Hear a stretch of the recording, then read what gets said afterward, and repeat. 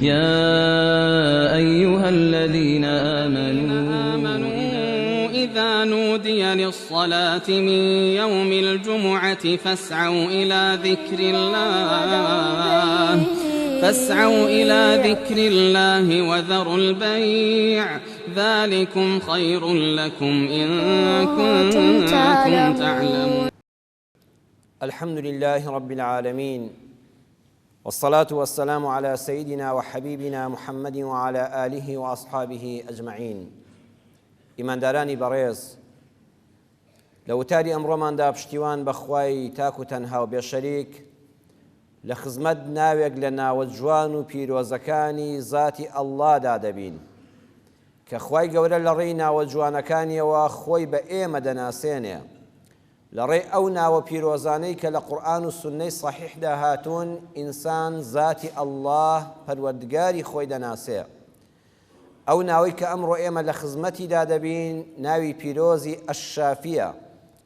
ئەشافی واتە ئەو ئەڵڵایە، ئەو خوای پەروەردگارەی کە هەر خۆی تەنها شیفابەخشی نەخۆشیەکانە.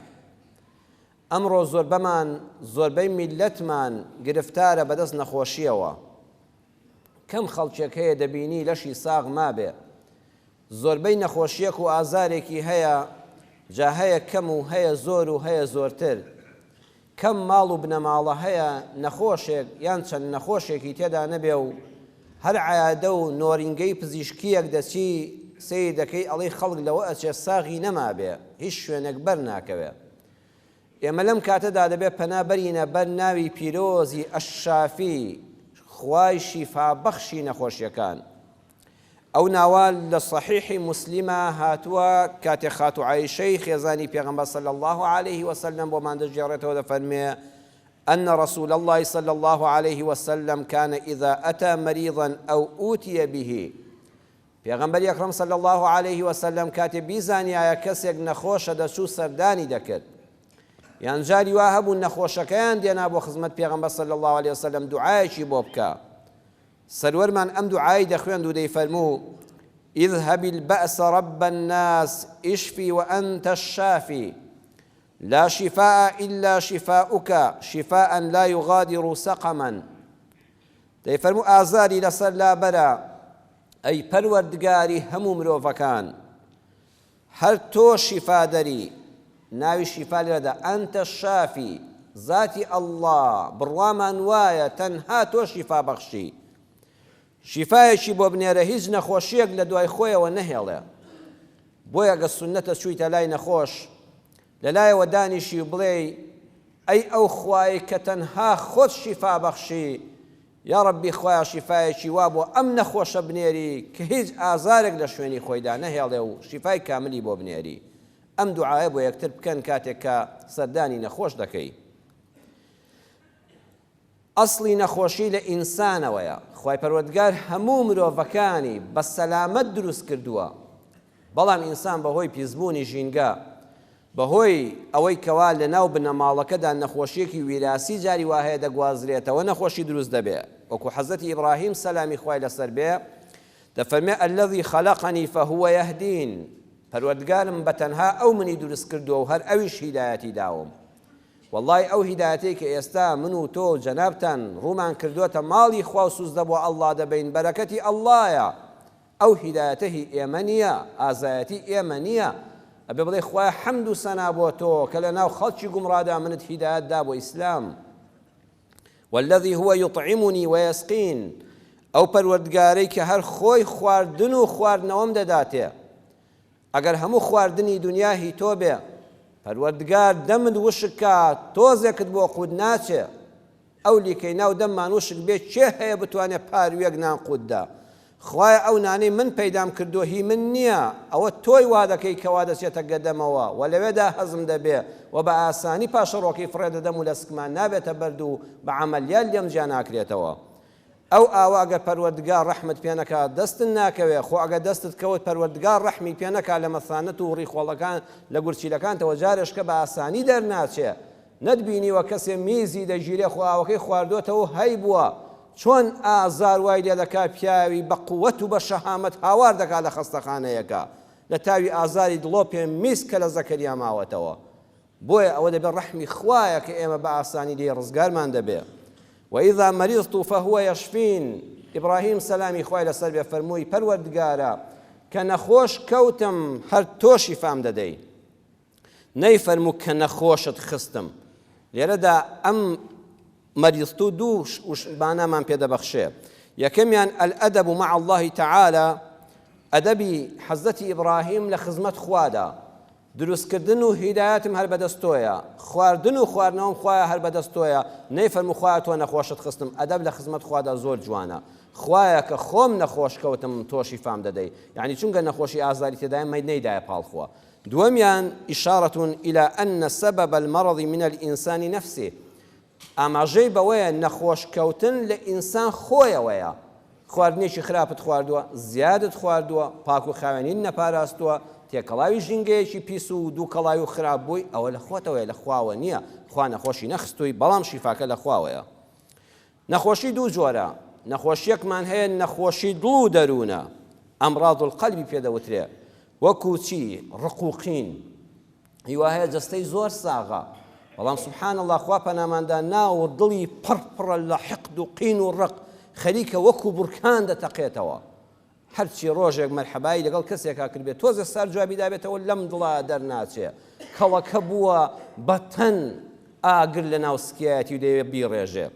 حقدی هەیە، هیوا هەیە، کیبری هەیە، پەنا بەخوا هەر بۆ خۆی نازانێت چۆن خۆی بە ڕەفیقی خەڵک نازانێت، دائیمە تەکەببورێک دەنوێنێ. هیوامان هەیە ڕقی لە خەڵکە، هیوامان هەیە تەبیعەتی ستەمی هەیە. یعنی حتا ئەگە کرێکارێک ئیشێکی پێ بکە حەز ناکە حەقی خۆی بداتێ. ئەگە ئیشێک بۆ خەڵکێک بکە حەز ناکە حەقی خۆی بدا بە ئیشەکە، حەز دەکات غەشێکی لێ بکە. ئەمە تەبیعەتی زوڵمە، ئەمە نەخۆشی دڵە، پەنا بەخوا ئەمە زۆر خراپترە لە نەخۆشی جەستەیی. کەسێ هەموو لەشی فەلەج بێ، داماو بێ، شکست خواردوو بێ، هەموو لەشی بە ئازار بێ، بەڕێزان کە من ڕزگاری دەبێ، بە مردن لەم هەموو نەخۆشیە ڕزگاری دەبێ. بەڵام نەخۆشیەکانی دڵ و دەروون لە دوای مردنەوە عقوبەکەی دەست پێ دەکا، پەنا بەخوا. یەومە لا ينفع مال ولا بنون إلا من أتى الله بقلب سليم. قیامەت کەسانی لێیان ڕزگار دەبێت کە لە نەخۆشیەکانی دڵ و دەروون سینەیان پاکرد بێتەوە. ئەینا ئەوەی جەستەی نەخۆشە بەخوا بە مردن کۆتایی بە ئازارەکان دێ. خوا پەناماندا ئەوەی دڵ و دەرونی ناتەواو بێ، ئەوە لە دوای مردنەوە ئەمجا سزاکان و خراپەکانی دێتەوە ڕێگای. دووەمیان ئەمراض الجسمی، نەخۆشیەکانی جەستەیی، ئەوەیان خۆی پەروەردگاری ئەشافی دەرمانی بۆ داناوە. پێغەمبەری خوا صلی الله عليه وسلم لە صحیح مسلمە بە ژمارە فەرموودەی 2204 فەرموودەکە هاتووە، سەروەرمان فەرموویەتی لكل داء دواء فإذا أصيب دواء الداء برأ بإذن الله عز وجل. فەرمووی هەموو دەردێک دەرمانی هەیە، ئەگەر دەرمانەکە نەخۆشیەکەی پێکا بە ویستی خوا ئەو نەخۆشە چاک دەبێتەوە و ڕزگاری دەبێت. لە خزمەت ئەم فەرموودە پڕمانە جوانەدا دەوەستین. یەکەمیان سەروەر فەرمووی لكل داء دواء، خەڵکی نەبزانن بۆ هەموو نەخۆشیەک دەرمانێک هەیە، بۆ هەموو دەردێک کورد دەڵێ دەرمانێک هەیە. ئەمە دوو موژدەی زۆر بەهێزی تێدایە. یەکەمیان ئەرکە دەیداتە کۆمەڵە خەڵک کە دەرمانساز و ئەهلی پزیشکین، بە دکتۆرەکان دەڵێ هەر وەختێ بیستان نەخۆشیەک بڵاو بۆتەوە دڵنیابن دەبێت ئێوە بە دووی دەرمانەکەیدا بگەڕن، مەڵن ئەم نەخۆشیە چارەسەری نییە. پێغەمبەری خوا صلی الله عليه وسلم ئەم فەرموودەی کە فەرمووە حەق وایە لە کۆلێجی سەیدەلانی و دەرمانسازی هەڵبواسرێ، بە زێر بنووسرێتەوە لكل داء دواء. ئەی پزیشکانی بواری دەرمانسازی، ئەی دکتۆرە بەڕێزەکان، ئەگەر نەخۆشیەک چارەسەری نەبێ ئێوە خەتابارن، ئێوە کەم تەرخەمن، ئەینا دڵنیابن هیچ دەردێک نییە لەم سەر زەویەدا ئیلا خوای گەورە دەرمانەکەشی دروست کردووە، دەی تێبکۆشن بۆی. ها غەرب وا دەکەن، دکتۆری غەرب بەردەوام ئیلا لە محاولەدا نابێ ئەم شتە چارەسەری نەبێ. بەڵام لە وڵاتی موسڵماناندا بەداخە حەدیسەکەی ئێمەیە ئەوان جێبەجێ دەکەن، ئێمە خۆمان دەرمانەکە لەوان وەردەگرین. دووەمیان ئەم فەرموودەیە لكل داء دواء مژدەبەخشە، ئومێدبەخشە بە نەخۆشەکان. ومێدبەخشە بەو نەخۆشەی کە دەڵێت زەحمەتە ئەم نەخۆشەی من چارەسەری هەبێ. پێغەمبەری خوا صلی الله علیه و سلم دەفەرمێ ئەگەر وابیر بکەیەوە هەڵەی دەکەی، چونکە دڵنیا بە هیچ نەخۆشیەک نییە ئیلا زاتی ئەشافی دەرمانەکەی بۆ داناوە. بە ئومێدی ڕەحمەتی خوا بە دووی دەرمانە بگەڕێ دەردەکەی تۆش دەرمانی هەیە. دووەمیان ئیذا ئوصیبە دەواء الدائی، بەشی دووەمی فەرموودەکە فەرمووی ئەگەر دەرمانەکە نەخۆشیەکەی پێکا ئیسابەی کرد، ئەمە پێمان دەڵێت تەشخیص و دیاریکردنی جۆری نەخۆشی زۆر زۆر گرنگە. هەر لە خۆ نابێت دکتۆر بە 2 دقە نەخۆشێک دەبینێت چیتە وڵات تۆ سرم دێشێت تۆ سنگم دێشێ ئەم حەپەی بۆ بنووسە ئەم شلوبەی بۆ بنووسە و دەرزێ لە خۆتدا. نە، ئەبێت تەشخیص. پێغەمبەری خوا صلی الله علیه و سلم باسی تەشخیصی کردووە. ئەی دکتۆری بەڕێز پەلە مەکە، جارێ دیاری بکە کامە نەخۆشیەکەیەتی، دڵنیا بە 100% ئەم نەخۆشیە فڵان شتە نەخۆشێکیکە نییە، چونکە زۆر نەخۆشی هەن بەڕێزان لە یەکەوە نزیکن. ئەبێت دکتۆری هەر لە دکتۆری پسپۆر. دکتۆری پسپۆر هەر بە قەدعە نابێ بە خدای عادا. پسپۆر ئەوەیە لە مەیدانی کرداریدا ئەوەندە نەخۆش بە وردی فەحسکا دوو نەخۆشی لە یەک نزیک جاکاتەوە کامیان کام نەخۆشیەتی. ئەوە تەشخیصە. دڵنیا بێ ئەمە تەواو فڵان نەخۆشیەتی ئەمجا دەرمانەکەی بۆ بنووسێ. ئەبێت دکتۆری پسپۆر ئەو دکتۆرە شارەزایە بێ بزانێن نەخۆشی ئەسڵی لەگەڵ نەخۆشی خۆنەخۆشکەردا لێک جیا بکاتەوە. یعنی ئەگەر کەسێک خۆی نەخۆش کرد بە قەستی هەموو ئاعرازی نەخۆشی لە خۆی نیشاندا، دکتۆری پسپۆر لێی تێک نەچێ بە علاماتەکان بە دڵنیاییەوە بزانێ ئەمە نەخۆشە. ئاشتی وا هەیە؟ بەڵێ. دکتۆر مستەفا سوباعی لە کتێبە باشەکەی خۆیدا کتێبێکی زۆر بە نرخی هەیە، ئیسلامنا لەمحەتون موجەزە، لە لاپەڕەی 50دا دەڵێ کاتی خۆی لە کۆندا کابرایەکی حەکیم و پزیشکی بواری دەرمانسازی و شارەزا لە عیلمی پزیشکیدا لە ئەوروپای ئەو سەردەمەوە هاتە وڵاتی مسلمانان. وتی بزانم ئەم بواری پزیشکیە لە هەر وڵاتێکە پێشکەوتوو بێ، نیشانەی ئەوەیە ئەو گەلە و ئەو حکومەتە پێشکەوتووە. فعلەن وایە زانستی پزیشکی و دکتۆری لە هەر شوێنەکە پێشکەوتوو بێ ئەو وڵاتە ئاوەدانە. لە هەر شوێنەکە نەخۆشی زۆر بێ و دکتۆری خراپ هەبێ نیشانەوەی خەڵک دەفەوتێ. وتی بزانم مسلمانان تاقیب بکەمەوە، ئەگە بەڕاستی دکتۆر و بواری پزیشکەکەیان پێشکەوتوو بێ سەرکەوتوو دەبن، ئەگە وانە بێ دەڕوخێن. ئەو کاتە سەردەمی سەعادەتی پێشکەوتنی ئاینی ئیسلام بوو. هەموو خەڵک لە جیاتی تیرۆر و تەقادنەوە و ئیرهاب خەریکی عیلم و زانست بوو جیهانی ئیسلام. هات و غەریبەیەک خۆی لە شارێکی مسلماناندا بە عەرزا خست و وتی سکم دەتەقێ، دەستی بە قورجیا دەکرد، خۆی دەڕشاندەوە، خۆڵی بەسەر سەری خۆیان دەکرد. ئەوانەی دەوروبەر کە هەڵیان گرتەوە یەکێ دەیگوت 10 دقەیتر دەمرێ، یەکێ دەیگوت ئێستا دەمرێ. بردیانە ناو نەخۆشخانەیەکەوە. دکتۆری پسپۆر چۆ سەری. دکتۆر کە سەیری گلێنەی چاوی کرد، سەیری زمانی کرد، سەیری مەڵاشووی کرد، تەبەڵەیەکی بۆ پڕ کردەوە بۆی نووسی ئەم نەخۆشە 3 ڕۆژ بخەوێنن لەسەر قەڵەوێری خەستەخانە. بەیانیان شیر و ماست و هێلکەی بدەنێ، هێلکەی کوڵاو، نیوەڕوان ژەمێکیان برنجی بدەنێ لەگەڵ مریشکە، ژەمێک گۆشتی حیوانی بدەنێ، ئێواران شەربەتی میوە و پسکیتێکی بدەنێ، خۆراکێکی ئاسایی بدەنێ. کابرا کە ئەمەی بینی ڕۆژی یەکەم و دووەم کوتی ئەی دەرمانەکان، وتی پێی بڵێن دەرمانەکان لە ناو خواردنەکەدا بۆی دروست کراوە، لە ناو خواردنەکەمان کردو بە ئاسانی بۆی قوت بچێت. ڕۆژی سێیەم دکتۆری پسپۆر چووە لای سەری نەخۆشەکە و وتی برای باشم، میوانداری لای مسلمانان 3 ڕۆژە، جەنابەت لێرە کارت تەواو بوو، خوا حافیزت بێ. وتی یعنی چی؟ وتی کاکە تۆ نەخۆش نی، تۆ 2 حاڵەتت هەیە. هەر کە سەیرم کردی بەوە نەبوو تۆ خۆت مراندە بوو دەگوت ئێستا دەمرم. من کە سەیرم کردی دڵنیا بووم تۆ 2 حاڵەتت هەیە، یان ئێمە تاقیدەکەیەوە، یان کابرایەکی غەریب و بێکەس و بێپارەی دەتەوێت بلم خەستەخانەدا ژەمێک نام بخۆی و وتێلت پێ ناگیرێ و پارت پێ نییە. من ئەمەم بۆ چارەسەر کردی، بەڵام لە 3 ڕۆژ زیاتر میوانداری لای مسلمانان کۆتایی پێدێ، بڕۆ بۆ خۆت کەسابەتێ بکە. وتی وەڵڵاهی ڕاست دەکەی، وەڵڵا من ئێوەم تاقی کردەوە، ئەینا عەیب پێت چێت یامانی، ئەوە ئێستا لێم سەردەمە بێ یەکسەر کۆڵە دەرزوی دەرمانی بۆ دەنووسرێ. هەر کە سەیری کرد زانی ئەوە نەخۆش نییە، بەوەی نی علاماتی نەخۆشی لە خۆی نیشان دەدا. خواردنی ئاسایی بۆ بڕیەوە. دوای نەخۆشەکە کە تەشخیص کرا ئەو دەرمانەی کە دەیدرێتێ دووشتی پێویستە، ئەننەوع وەلکەم و جۆری دەرمانەکە لەگەڵ بڕی دەرمانەکە. ئەو جۆری دەرمانە جاری وهەیە دەرمانێکی ئەسڵیە بە 2 حەب تۆ چاک دەبی، جاری وهەیە دەرمانەکە عادیە بە چەند پارچە کاریگەری یەک حەپینیە کەواتە لە ڕووی کەمەوە لە ڕووی نەوعەوە دەبێت باشترین جۆری دەرمان هەڵبژێدرێ کە بەداخەوە لە وڵاتی ئێمەدا لە هەرێمی کوردستاندا کوالیتی دەرمان ئەسڵەن پشتگوێ خراوە زۆری کەسانێک لەگەڵ ڕێزمدا ئەوانەی بازرگانی دەرمان دەکەن دەگەڕێن لە دووی ئەوەی کامە زۆرترین قازانجی هەیە و لە بازاڕە زوو سەرف دەبێت و نرخەکەی هەرزانە دووەمیان لە ڕووی کەمەوە لە ڕووی چەندایەتیەوە چەندی دەداتێ لە زۆربەی وڵاتانی پێشکەوتوودا ئەوانەی زانستی پزیشکی نرخی مرۆڤ دەزانێ احترامی ئینسان دەژیرێ وەکو پارە و ئامێر سەیری ناکرێ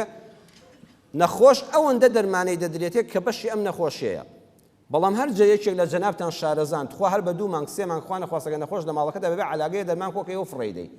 ئەوەش دەڕوات لە کۆڵانە دەچێتەوە شوێنێکەوە و ژینگەش دیسانجارشکە وێران دەکاتەوە هەر ئەمەی کە زیاد بووە 5 پارچە حەبی بۆ نووسیەوە تۆ دوان دەخۆی بەیزدی خوا چاویەوە 3 هێشتا لە ماڵە زیاد ماوە 5 دەرزی بۆ نووسیەوە 5 لە خۆی داوە 5ەکەی کە دوای فڕێدرێت چێ هەیە لە ماڵەکەیدا ئەگەر جارجار پاشینەکەیەوە هەر لە سەد دەرمانە وێران دەبێت کەواتە ئەم بڕە هەم لە ڕووی مادیەوە زەرەری لێداین هەم لە ڕووی کەمیەتەوە زەرەری بە نەخۆ ئەگە بیخوا زەرەری هەیە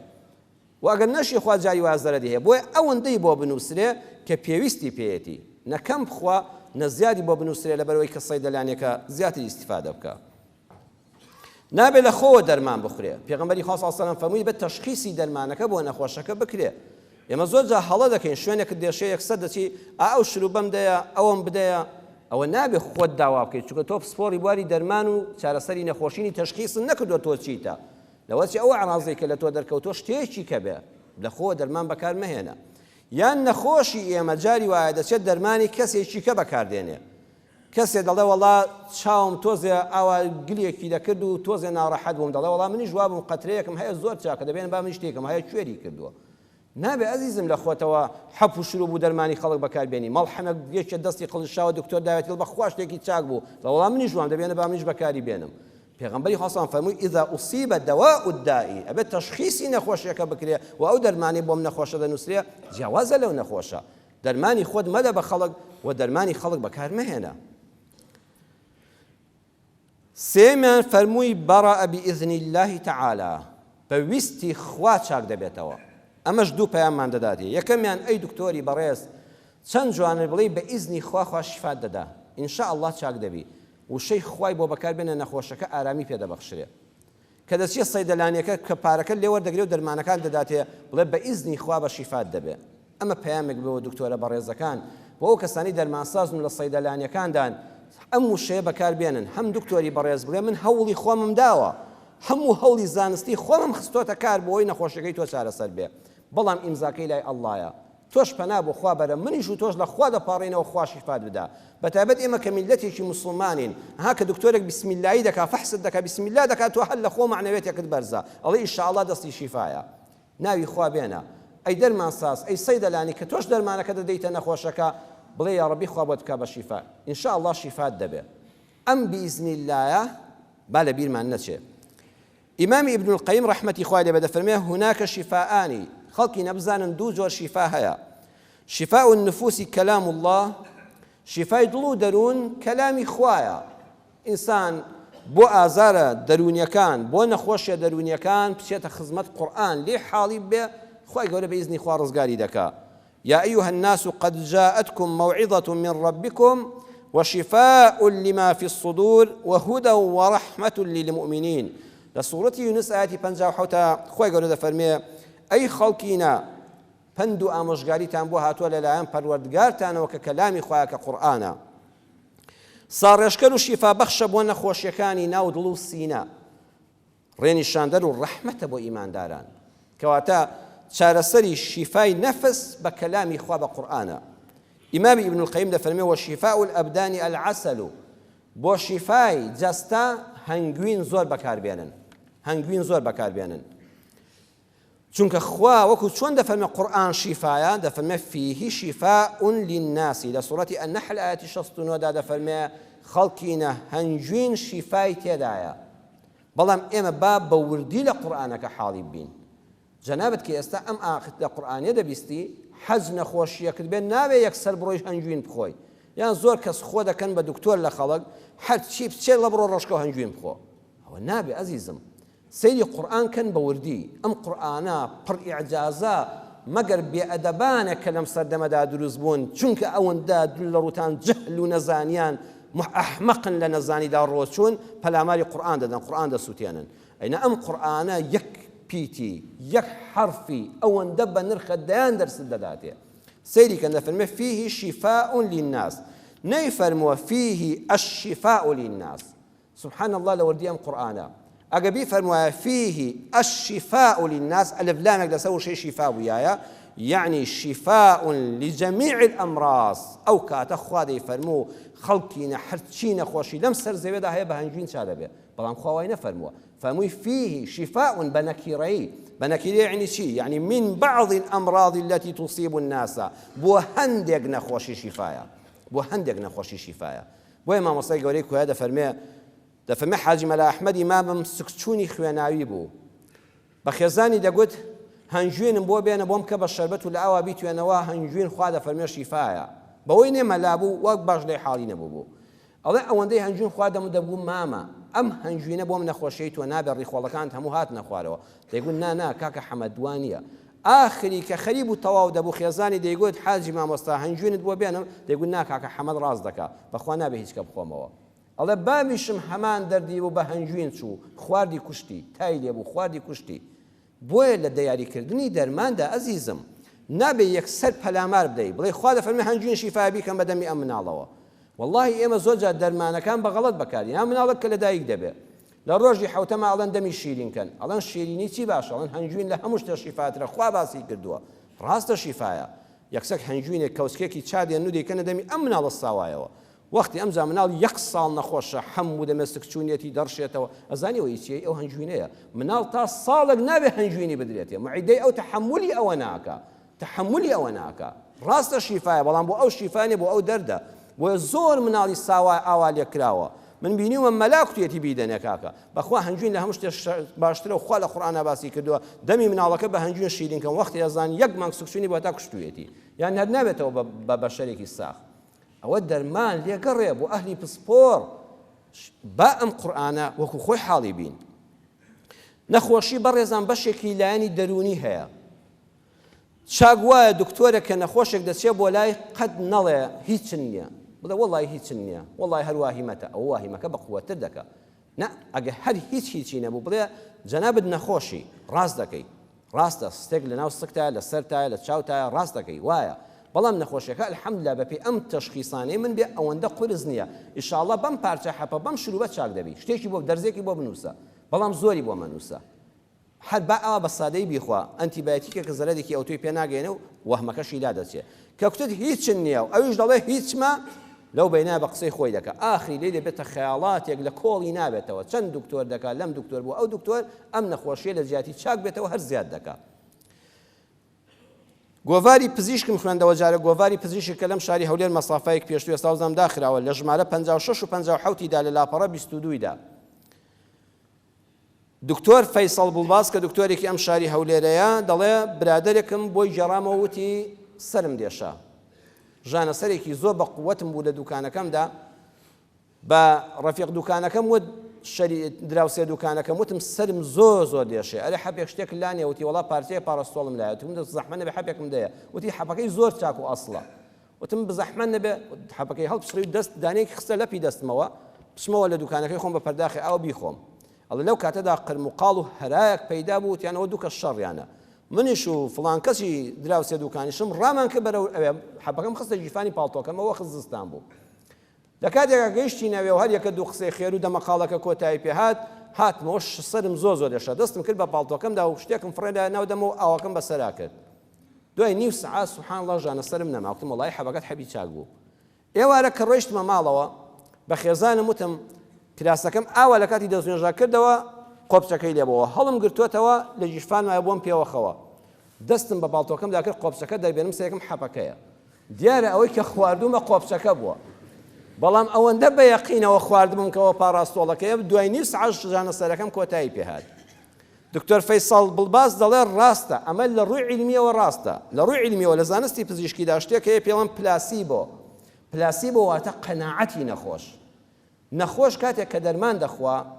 ئەبێ کەوتی یا شافی شیفام بدەی ئەوەندە بە قەناعەتەوە ئەو دەرمانە بخۆ کە پێی چاک دەبێت.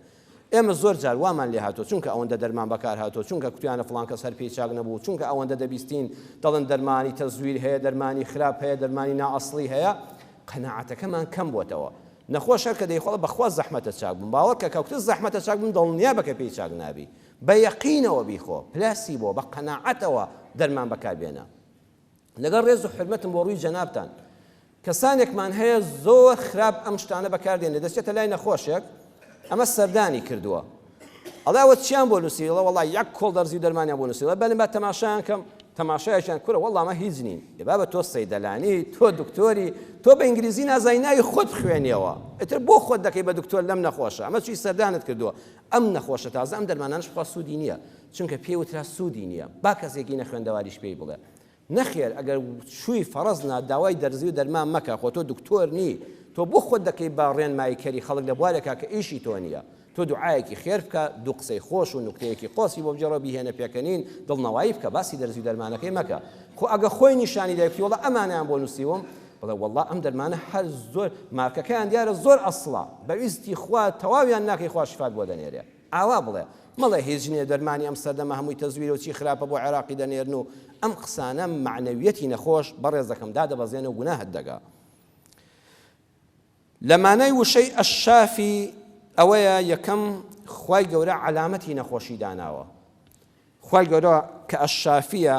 بۆ ئەوەی شیفامان بدە کە نەخۆشیەک دەگرین علامەتەکانمان نیشان دەدا چەند نیشانەیە لە لەشتا دەردەکەوێت هاگە ئازار نەبێ بڕوا کە نەخۆشیەکە دەی کوشتی نەگەر ئەو ئازارە بە شیدەتە نەبێ ڕان نەدەکرد بۆ لای دکتۆر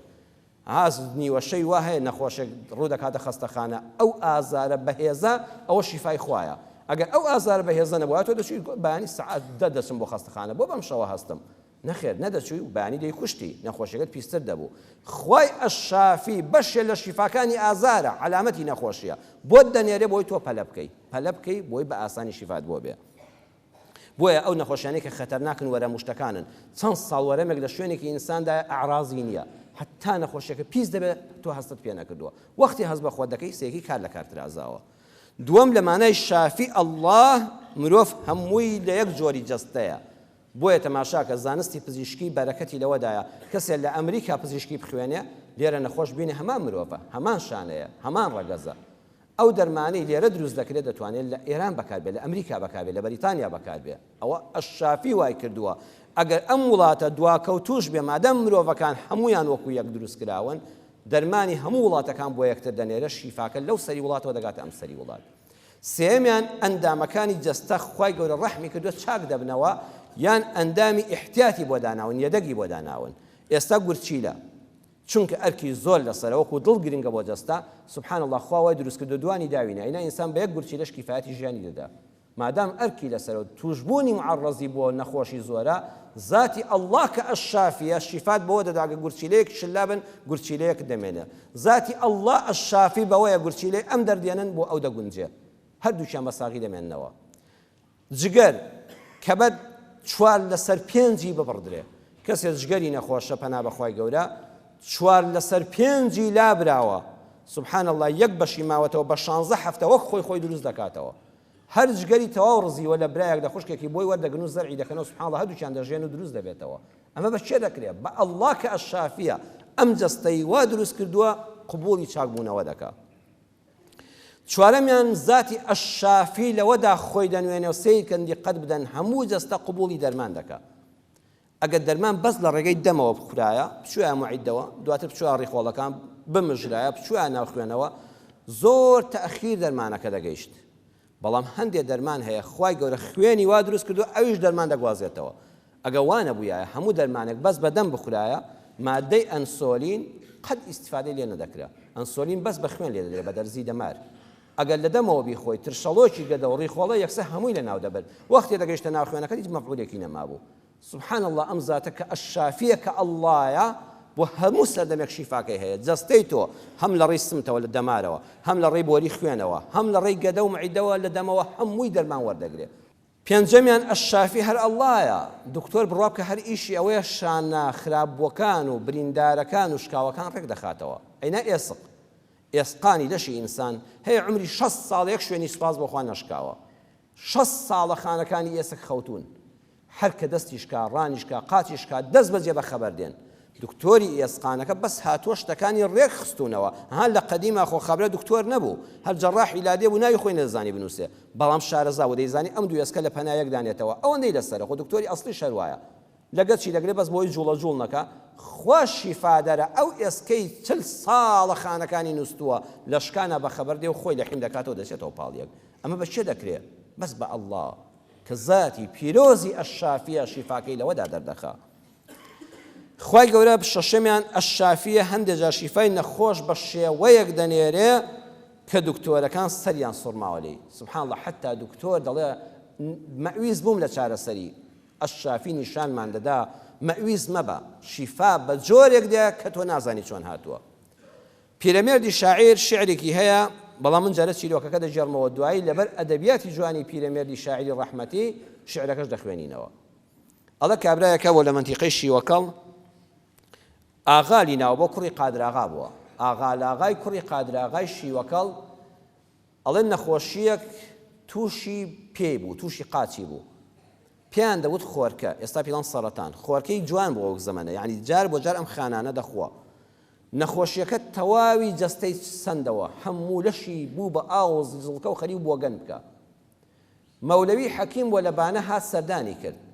پێی وت لەبەر خوا بە ئەم ماڵ و منداڵ و خەڵکەش لێن نەگرێتەوە بڕۆ خۆ دوورخەوە لە خەڵک هەتا خوا ڕەحمەت پێ دەکا بە دڵناڕەحەتیەوە ئەم پیاوە ئەم ئاغایە ماڵی خۆی بەجێهێشت و ماڵ و منداڵی بەجێهێشت بۆی خەڵکەکە لێ نەگرێتەوە لە ژیانی خۆی وەڕز بوو خوای بوو بمرێ و بەڵام ڕوح دەرنەدەچوو لەژێر دارێکی گەورەدا لە دەرەوەی ئاواییەکە ڕاکشا بوو مارێک بەرەو ڕووی کشا ماڕەژمارێکی زۆر گەورە ئەڵێ چاوی لێ بوو ئەمارەکە دێکوتی تخوا با پێمەوە دا و نەجاتم بێ شەب بێن خۆم نەجوڵێنم هەندێک خەڵکیش لەو لاوە خەریکی دیارە زرعات و ئەوانە بوون لەو دەور و بەرە چاویان لێ بوو ئەمارە گەورە ئەستورە بەرەو ئەم نەخۆشە داماوە دەڕوە هەتا ئەوان لەوێەوە خاکە نازیان هەڵگرت و هاتن مارە چوو بە قاچ کابرایەوەدا بە تەواوەتی گەستی و ژەهرەکەی خۆی تێکرد ئەڵە گەیشتن و مار هەڵات و نەمار کوژرا کابراش لەوێ بە حساب لە 7 ساڵان ڕاست بەوە ئەو مارە ئەستورە ڕەشە پێوەیدا بەڵام سبحان الله هەر مەسافەیەکی کەمی پێچوهێنانەوە ماڵەوە نەخۆشی لە جەستەیدا نەما ئەو پێوەدانی مارە بوو بە شیفای ئەو نەخۆشیە زەمامۆستای پیرەمێردی شاعیری گەورەی کورد دەڵێ ئاغای شیوەکەڵ یەکێکیان تیا بوو کە ئاغای قادراغای ناو بوو پێی بریندار بوو لێی کرد بە خۆرا ئەهات نەسەری حەشیم بە نۆرە ڕۆژێک مەولەوی حەشیمی بانە پێی وت ڕەحمت بێ بەم مناڵانە ئەم دەردە پیسە ئەتەنێتەوە پیاو ئەبێ لێیان دوورکەوێتەوە ئاغا لە دەردێ چووە بندارێ ڕاک شاو ڕوانی بۆی کشامارێ ئەمیش بێزار بوو چاوی لێ قوچان تا هاتە سەر پێی هیچ خۆی نەجوڵان هەرچەند خەڵک و خوا لە دوور پەیدا بوو تا ئەوان هاتن مار پێوەی دابوو پێی چاک بۆوە وەک دۆخی جاردی خۆ ناڵێن ئەمەش تەبیعەت ناردی نەبەخوا تەبیعەت نەیناردووە ڕێکەوت نەبووە ئەوە ئەڵڵا ناردوێتی کە خۆی ئەشافیە بۆیە جەستە زۆر خەڵاتێکی گرنگی پەروەردگارە ڕێزی لێ بگرین بە ساغیبی هێڵینەوە داواش بکەین کە نەخۆش کەوتین ذاتی ئەشافی کە ئەڵڵایە شیفامان بدا چونکە پێغەمبەری خوا صلی الله علیه و سلم هەموو جار دوعای دەکرد و دەیفەرموو اللهم متعنا بأسماعنا وأبصارنا یا ربی خوای پەروەردگار حتا دەمێنین دەیفەرموو خوایە چاومان لێ مەستێنن لە ڕووناچی چاو بێ بەشمان مەکە دەیفەرموو خوای پەروەردگار حتا وەکو دەمرین لە بەرەکەتی گوێ و بیستن بێ بەشمان مەکە و گوێمان قورس و گران مەکە دەیفەرموو خوایە جەستەمان ساخکە واجعله الوارث منا یا ربی خوایە کە مردین ئەم ئەندامانەی بە ئەمانەت پێت بەخشیوین بە میراد لە شوێنمان بەجێ بمێنن یعنی بە ساغی ئێمە بمرین ئەوانە گوێ و چاو و زمان و معیدە و ئەندامەکانی جەستەمان لە کەدار و شکست خواردوو نەبن خوای گیان بە جەستەی ساغەوە بژین بە جەستەی ساغەوە بمرین یا ربی خوای پەروەردگار لێت دەپاڕێنەوە شیفا بۆ هەموو نەخۆشەکانمان بنێری یا شافی یا الله ئێوە کەسەی شیفا تەنها بەدەستی تۆیە یا ربی خوای شیفای هەموو نەخۆشەکانمان بۆ بنێری هەر کەسێ داوای دوعای خێری لەم بەڕێزە دەست بەدەست نوێژانەی ئەهلی مزگەوت کردووە ئێمە دوعا دەکەین و ئەوان دەڵێن ئامین یا ربی خوایان نەخۆشەکانمان شیفا بدەیت یا ربی خوایان نەخۆشیەکانمان شیفا بدەیت نەخۆشیە جەستەییەکان و دەرونیەکانمان شیفا بدەیت هەر کەس دڵ ناڕەحەتە یا ربی خوای شیفای دڵ و دەرونیشی بدەیت یا ربی خوای بێ بەهانە و هاوارمانەوە لە هەموو تنگانەیەکە تەنها تۆمان هەی خوایە تۆش بێ بەهانا و هاوارمانەوە یا ربی خوای پەروەردگار مناڵەکانمان ساڵح کەی یا ربی خوای ئەو کەسانی ئەولادەکانیان ساڵح نین یا ربی خوای هیدایەتیان بدەی بۆی ساڵح کەی ئەو کەسانی مناڵیان نییە تا ئێستا یا ربی خوای ئەولادی ساڵحیان پێبەخشییا و هابیا بەخشندا یا ربی خوای پەروەردگار ئەو کەسانی دەرگای ڕزق و ڕۆزیان تەنگ و ناڕەحەتە دەرگای ڕزق و ڕۆزی فراوان لە ئێمەش و لە ئەوانیش بکەیتەوە هەموو کەسێک کە مشکلەیەکی هەیە ڕۆژی دوعا قبوڵبوونە یا ربی خوای مشکلەی هەموو لایەکمان حەلکەی یا ربی خوای ئەم کوردستانەمان ئەم خێر و بەرەکەتی بارانت بەسەرا باراندۆ خوای بۆمان زیادکەی خوای لە خێر و بەرەکەتی ئاسمان بێ بەشمان نەکەی لە خێر و بەرەکەتی زەوی بۆمان بڕوێنی لە دوژمنانی ئەم کورد و کوردستانە و ناحەزانی ئیسلام بە دوورمانکەی ئاڵای ئیسلام شەکاوە بێ دینی ئیسلام هەر شەکاوە بێ یا ربی خوای گەورە ئەو کەسانش کە خوانە ناسن لا دەرن لە ڕێگای ئیسلام یا ربی خوای هیدایەتی بەخێریان بێنی بۆ سەرم سفرەی ئیسلامە هیدایەتی ئێمەش و ئەوانیش بدەی عاقبەتی هەموو لایەکمان بەخێر بجێڕی آمين آمين والحمد لله رب العالمين. الله أكبر الله أكبر.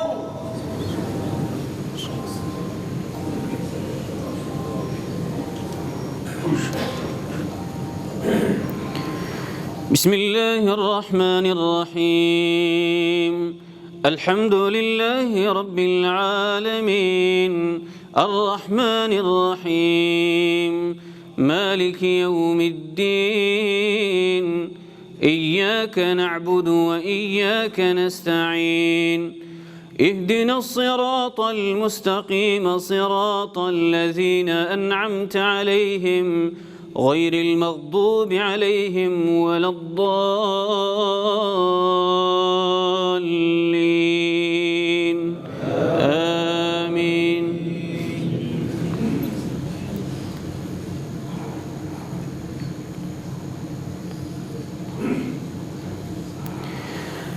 وكذلك أعثرنا عليهم ليعلموا أن وعد الله حق وأن الساعة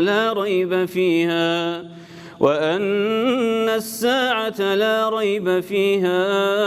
إذ يتنازعون بينهم أمرهم فقالوا ابنوا عليهم بنيانا ربهم أعلم بهم قال الذين غلبوا على أمرهم لنتخذن عليهم مسجدا سيقولون ثلاثة رابعهم كلبهم ويقولون خمسة سادسهم كلبهم رجما بالغيب ويقولون سبعة وثامنهم كلبهم قل ربي أعلم بعدتهم ما يعلمهم إلا قليل فلا تمار فيهم إلا مراء ظاهرا ولا تستفت فيهم منهم أحدا. الله أكبر. الله أكبر.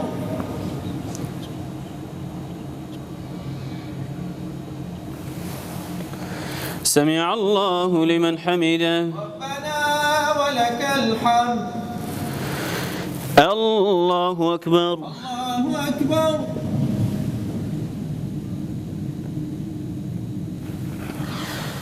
الله أكبر. الله أكبر. الله أكبر. الله أكبر.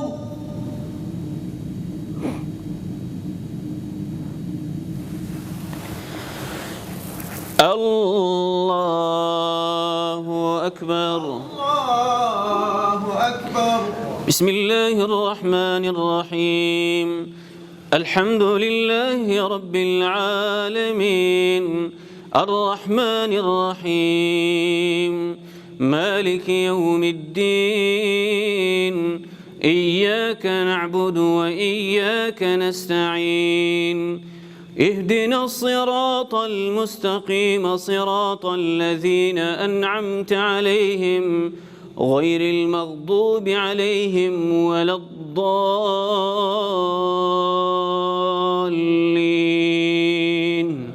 آمين.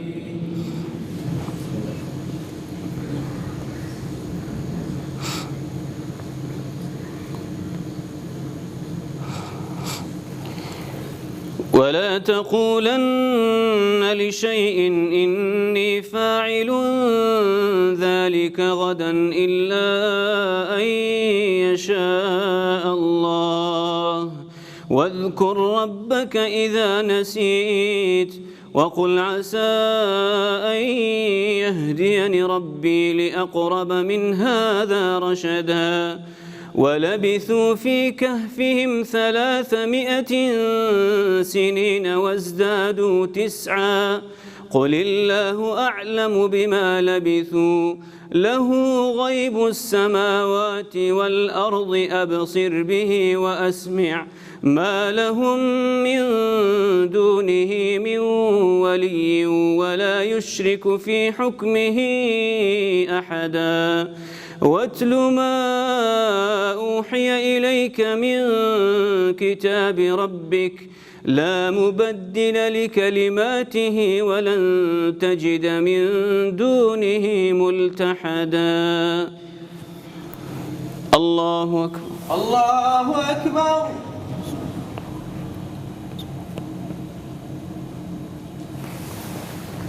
سمع الله لمن حمده ربنا ولك الحمد الله أكبر الله أكبر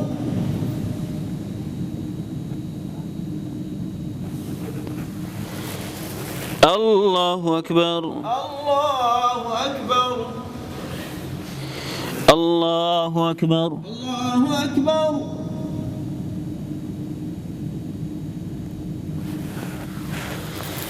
الله أكبر الله أكبر